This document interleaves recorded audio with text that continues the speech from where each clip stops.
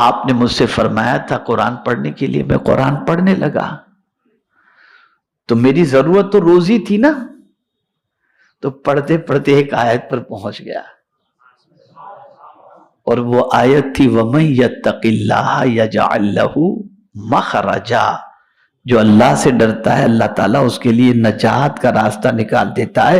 بس تب سے میں نے اللہ کے ڈر کو اوڑھنا بچھونا بنا لیا، اب اللہ ایسی جگہ سے روزی عطا کرتا ہے جہاں میرا گمان بھی نہیں پہنچتا۔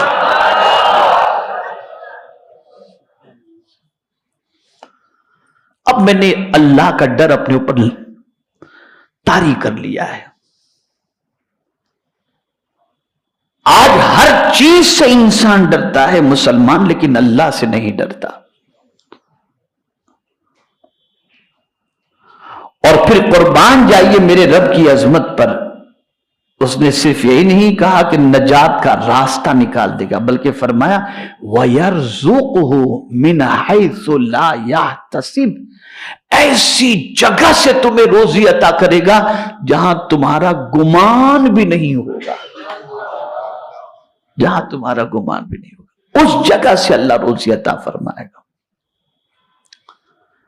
یہاں ایک اور بات عرض کروں، حضرت عوف صحابی رسول ہیں،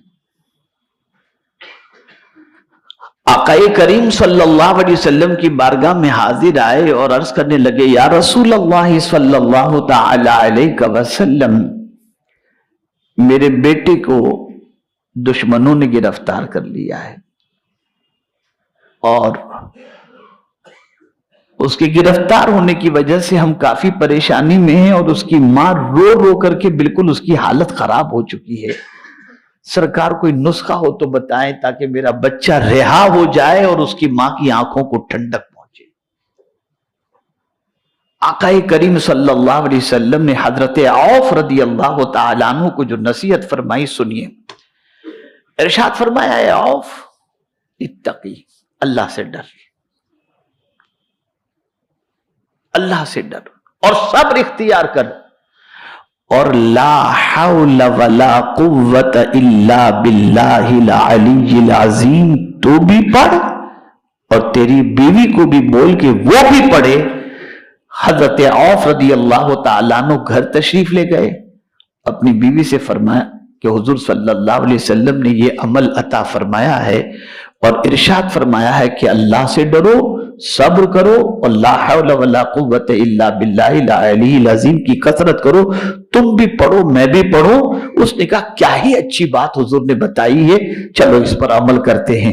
پہلے بھی ڈرتے تھے وہ، پہلے بھی ڈرتے تھے، لیکن جب حضور نے کہہ دیا تو اور زیادہ ڈر کے اندر اضافہ کر دیا، اور ڈر میں اضافہ کر دیا انہوں نے، اور بہت زیادہ ڈرنے لگے۔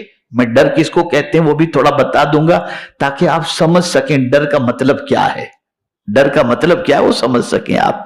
اب وہ انہوں نے اس پر عمل کیا۔ ایک دن بیٹھے ہوئے تھے، گھر کے دروازے پر کسی نے دستک دی، تو حضرت عوف رضی اللہ تعالیٰ عنہ نے دروازہ کھولا، تو جو بیٹا جس کو دشمنوں نے گرفتار کیا تھا ان کا نام سالم تھا، حضرت سالم، وہ گھر کے دروازے پر دیکھ کر حضرت عوف تو خوش ہو گئے، لیکن وہ تنہا نہیں آئے تھے، 100 اونٹ ساتھ میں لے کر کے آئے۔ کتنے اونٹ؟ 100 اونٹ ساتھ میں لے کر کے آئے تھے، خوشی کی انتہا نہ رہی۔ بچے سے کہا بیٹا سب خیر؟ بولے کہاں ابا جان، ایسا ہوا کہ دشمنوں کو میں نے غافل پایا تو میرے ہاتھ پیر کی بیڑیاں کھل گئیں اور کھول ڈالی میں نے، اور اس کے بعد جو ہے وہ میں نے دیکھا وہ غافل ہیں تو اونٹ بھی لے کر کے ساتھ میں آ گیا، اونٹ بھی لے کر کے آ گیا۔ اب یہاں پر مفسرین کا کہنا ہے کہ اگر تم بے گناہ ہو اور تمہیں کوئی پریشانی اس قسم کی لاحق ہو گئی، تم لا حول ولا قوت الا باللہ کی کثرت کرو، اللہ تمہاری پریشانی کو دور فرما دے گا۔ اور میں نے خود ایک بے گناہ قیدی کے حوالے سے مسجد نبوی شریف میں مجھ سے میرے ایک دوست نے کہا کہ میرے بھائی کا کوئی قصور نہیں ہے، جبرن میرے بھائی کو کسی وجہ سے قید کے اندر ڈال دیا گیا۔ میں نے کہا اس سے بھی کہو اور تم بھی لا حول ولا قوت الا باللہ کی کثرت کرو، انشاءاللہ وہ رہائی اسے نصیب ہو جائے گی۔ جیسے اس نے پڑھنا شروع کیا، مدینہ ہی کے اندر تیسرے دن اس نے کہا کہ میرے بھائی کو بے قصور تھا، چھوڑ دیا۔ اللہ سبحان اللہ سبحان اللہ. اللہ سے ڈرو. قرآن مقدس میں ایک مقام پر نہیں، سینکڑوں مقامات پر اللہ سے ڈرنے کا حکم دیا گیا. اور جو اللہ سے ڈرتا ہے نا، اس کو رزق کا ٹینشن نہیں رہتا. اللہ نے فرمایا ایسی جگہ سے دوں گا جہاں تیرا گمان بھی نہیں پہنچے گا، تجھے پتہ بھی نہیں ہوگا، وہاں سے میں دے دوں گا. اب ڈرنا کسے کہتے ہیں؟